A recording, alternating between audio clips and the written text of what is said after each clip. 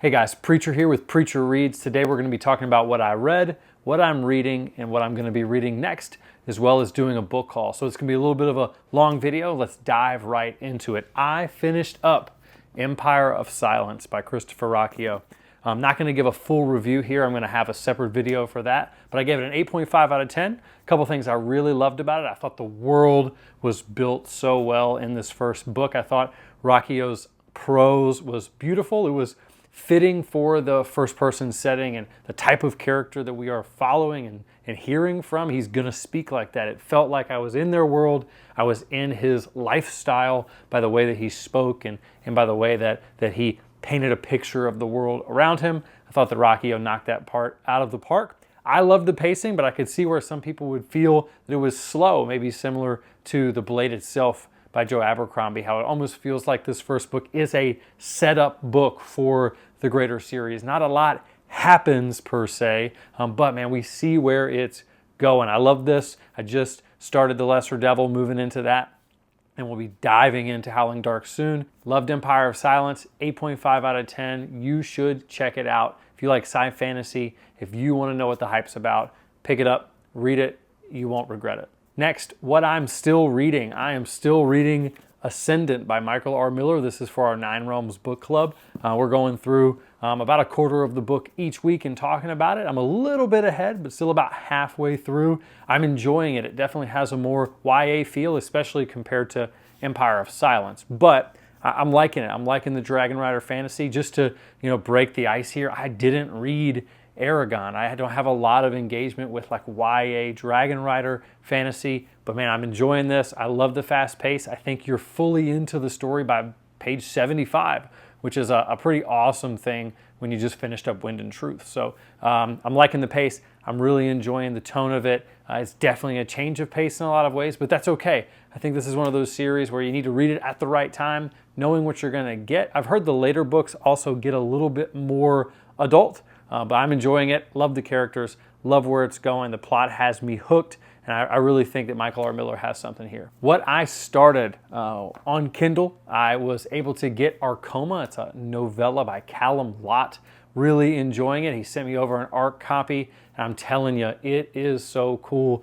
Just picture a sci-fantasy world with all kinds of technology that has almost magical feelings to it, and you're in the midst of a revenge story, a woman who's lost everything, who's addicted to substances, who's addicted to the need for revenge, and she's a gunslinger, and she is out to get it, and a heist opportunity comes up, and that heist opportunity is going to give her a chance to get that revenge she needs. It's really well written. It's super fast-paced. I'm hoping that when I finish it, I find out from Calum that he's moving back into that world again, because I need more of it. I'm almost done, about 90% of the way through. So check out Arkoma by Calum Lott when it comes out. Put it on your TBR. I'm really enjoying that arc, and thank you, Calum, for trusting me with it. I also picked up The Lesser Devil, just moving ahead in Sun Eater. Really excited to continue in this. Not very far in, but I can already tell you that it's such a cool complement to Empire of Silence. We've seen where Hadrian is going. Now we get to step back and see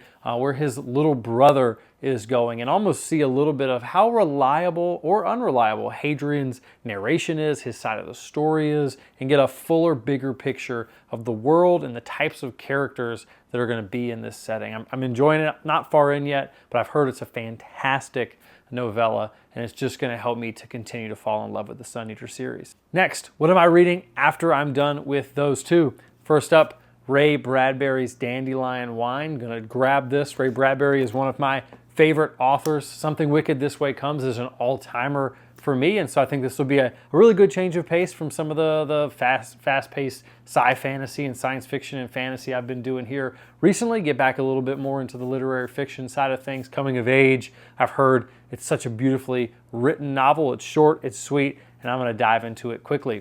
Next, after I'm done with Dandelion Wine, I'm going to move into By Blood, By Salt by J.L. Odom. Very excited for this one. Found out about this book through Tori Talk's channel and through just talking to J.L. Odom. I love what I'm hearing about the themes in this book and some of the intricacies of the world building and how she drew it from faith aspects and how she drew it from biblical narratives. I can't wait to dive into this one. If you haven't looked into it, if you haven't checked it out, man, I've heard from so many people I trust that it is an absolute banger of a self-published novel. You need to grab it. By Blood, by Salt. After that, I'm going to be moving forward, diving into Howling Dark by Christopher Ruocchio. I have heard that this is such a jump forward in pace, such a jump forward in Christopher's ability, which is surprising because, man, I really did enjoy the first one, but I've heard Howling Dark just takes a leap forward in so many ways. So we're going to be diving into that one, hopefully before the beginning of February. But man, I'm going to take my time once I get to Howling Dark and make sure I'm not speeding through. I really want Sun Eater to be something this year that I just savor. Can't wait to dive into Howling Dark. This next segment I'm calling New to the TBR. These are books that have hopped into my purview, that have jumped onto my TBR, that are now in my Goodreads Want to Read section. I may have seen some of them on Instagram. I may have seen some of them in book reviews or being talked about on different channels. So we're just going to go through these. I'm going to read off the short description of them so you can know what they're about if you haven't seen them. The first is Lightfall by Ed Crocker. This one's being talked about by a lot of different people. It's an epic fantasy of vampires, werewolves, and sorcerers, a debut novel by Ed Crocker for fans of Empire of the Vampire and the Justice of Kings. There's some reviews out there already for this one. It just dropped into stores, I believe, today. And so grab this one if you're interested in vampires versus werewolves. I've heard this is similar to Empire of the Vampire, but without a lot of the spice. Check out Lightfall by Ed Crocker. I know it's on my TBR now. Next up, we have A Journey Thrice Begun by Sean Bobby Kerr. Everett Dwyer usually looked forward to Charring Night. It's the only night of the year marriage proposals can be made in Delwood, and the proposals take place on a grand open-air stage for all of the town to watch. Today, however, Everett felt nauseous just thinking about it. For a few short hours, he must get up on that stage and propose to Isolde Fairweather. But meanwhile, unbeknownst to Everett, a mysterious blind family staggers towards Delwood, seeking refuge, yet bringing with them a darkness spreading rapidly through the world of Gyra.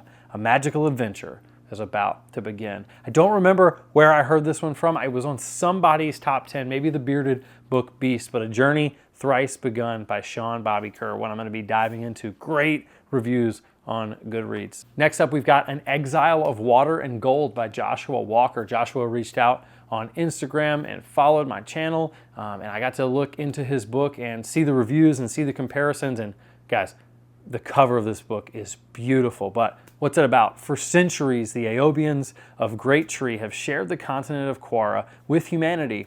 A select few known as sleepers are empowered by luminosity, the tree's greatest blessing. Drift, a young and cynical Aobian, has been exiled from his homeland forever. Now, with no understanding of this condemnation, Drift must traverse the land of humans below and find his purpose in an ever-changing world. Tari, his betrothed, seeks to do the same while also bringing him home. Elsewhere on Quara, an unknown organization seeks to weaponize luminosity for their own nefarious purposes. Drift himself is a part of the puzzle, and it quickly becomes apparent that the struggle for true power in Quara is emerging for reasons greater than anyone can grasp.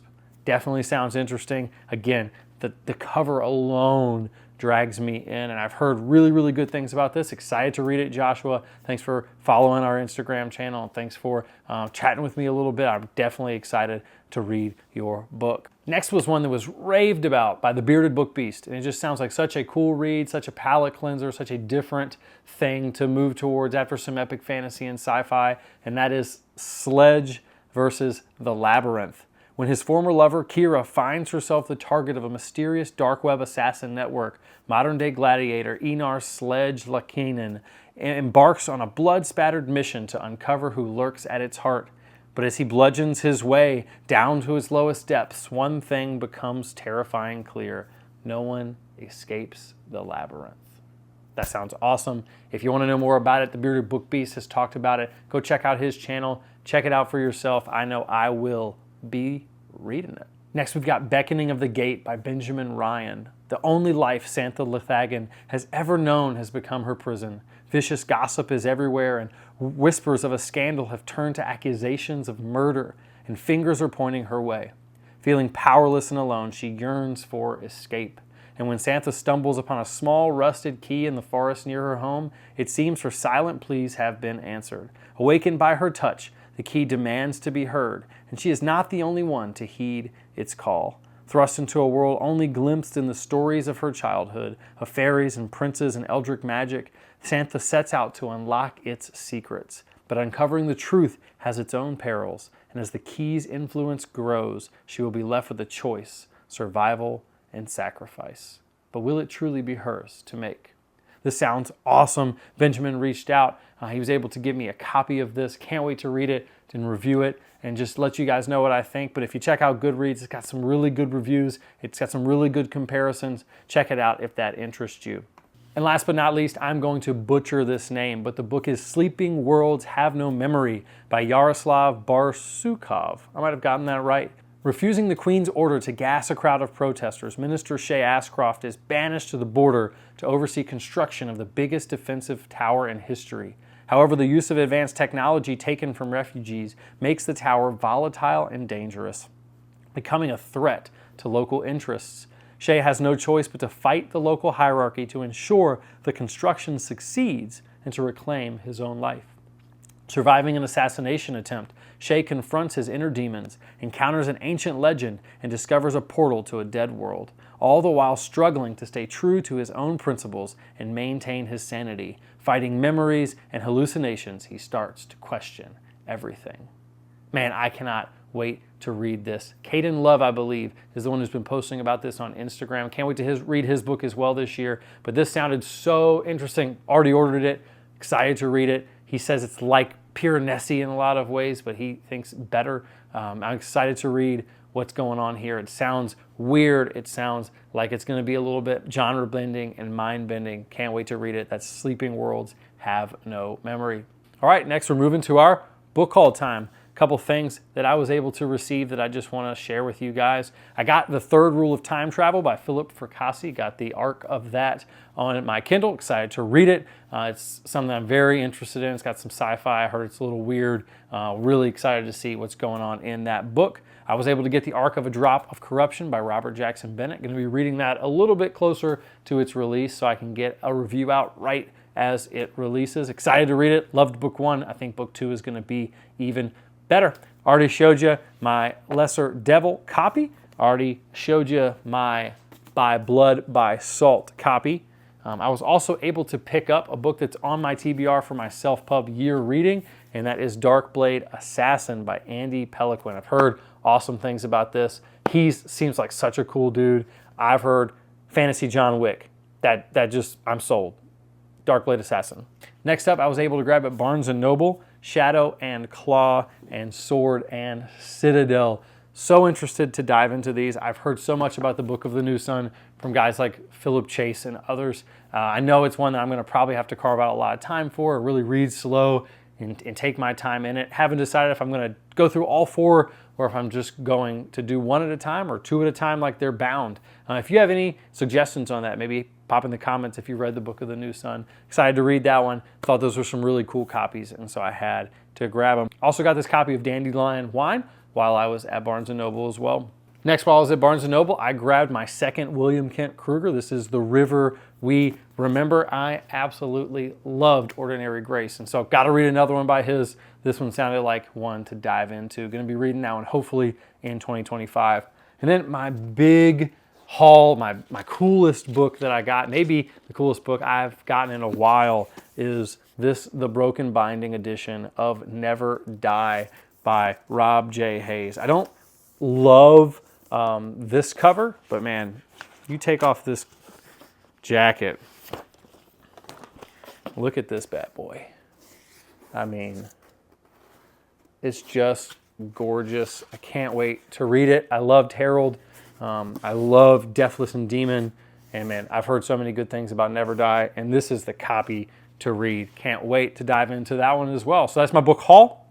That's what I have read, what I am reading, and what I will be reading. Hopefully you guys enjoyed the way that this kind of went in a rapid succession. If you got any suggestions on maybe how to do it better, let me know. If you liked this format, I think I'll probably be doing it every 2 to 3 weeks, just depending on how quickly I'm reading, how quickly I'm hauling, and all of those things. So thank you so much for supporting the channel. If you would like this video, if you could subscribe if you haven't, that would be awesome. We're also posting a lot on Instagram over at @PreacherReads. Thank you guys so much, and have a good day.